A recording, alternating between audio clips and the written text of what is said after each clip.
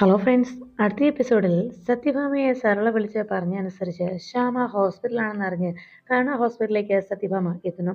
ആ സമയത്ത് രോഹിത്തും ശ്യാമയും തമ്മിലുള്ള പിണക്കമെല്ലാം അവസാനിച്ച് ശ്യാമ രോഹിത്തുമായി സ്നേഹത്തോടെ ജീവിതം മുന്നോട്ട് നയിക്കാമെന്ന തീരുമാനമെടുത്തുകൊണ്ട് വിഷ്ണുവിന്റെയും ശാലിനിയുടെയും ഒപ്പം അവർ തിരികെ വീട്ടിലേക്ക് പോകാൻ ഒരുങ്ങുമ്പോൾ വിഷ്ണു എല്ലാവരോടുമായി പറഞ്ഞു, ഇവിടെ നടന്ന ഒന്നും തന്നെ ഒരു കാരണവശാലും അമ്മ അറിയരുത്. അങ്ങനെ തീരുമാനിച്ച് അവർ പിന്തിരിഞ്ഞു നോക്കുമ്പോഴാണ് അവിടേക്ക് വരുന്ന സത്യഭാമയെ അവർ കണ്ടു ഞെട്ടുന്നു.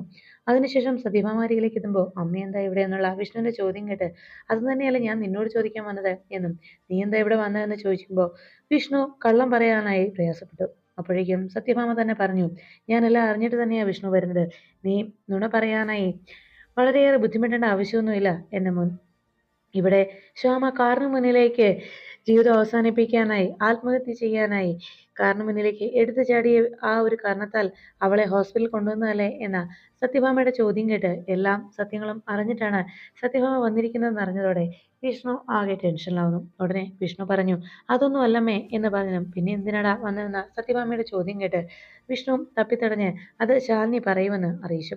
ശാലിനി അത് കേട്ടതും എന്ത് പറയാന്നറിയാതെ വിഷ്ണു നേരെ നോക്കുമ്പോൾ അവസാനം വിഷ്ണു തന്നെ സത്യഭാമയോട് പറഞ്ഞു, അത് പിന്നെ അമ്മ ഒരു മുത്തശ്ശി ഒരിക്കൽ കൂടി ഒരു മുത്തശ്ശിയാകാൻ പോകുന്നു. അത് കേട്ടതോടെ സത്യഭാമയ്ക്ക് വളരെയേറെ സന്തോഷമാകുന്നു. വിഷ്ണുവും ശാലിനിക്കും ഒരു കുഞ്ഞ് പിറക്കാൻ പോകുന്നു എന്നുള്ള സന്തോഷ വാർത്തയാണ് അറിഞ്ഞത് എന്നും അതിനാണ് വന്നത് എന്നുള്ള തെറ്റിദ്ധാരണയിൽ സത്യഭാമ സന്തോഷിക്കുമ്പോൾ ശാലിനി വിഷ്ണുവിനെ നോക്കി കണ്ണുരുട്ടുന്നു. തൽക്കാലം ഇതല്ലാതെ വേറൊരു ഉപായമില്ല എന്നും എങ്ങനെയെങ്കിലും രക്ഷപ്പെടണമെന്നും തന്നെ രക്ഷിക്കണമെന്നുമുള്ള രീതിയിൽ വിഷ്ണു ശാലിനിയെ നോക്കുമ്പോൾ അവസാനം തിരുത്തി പറയാൻ തയ്യാറാകാതെ വിഷ്ണുവിനൊപ്പം നിൽക്കാൻ ശാലിനിയും തീരുമാനിക്കുന്നു.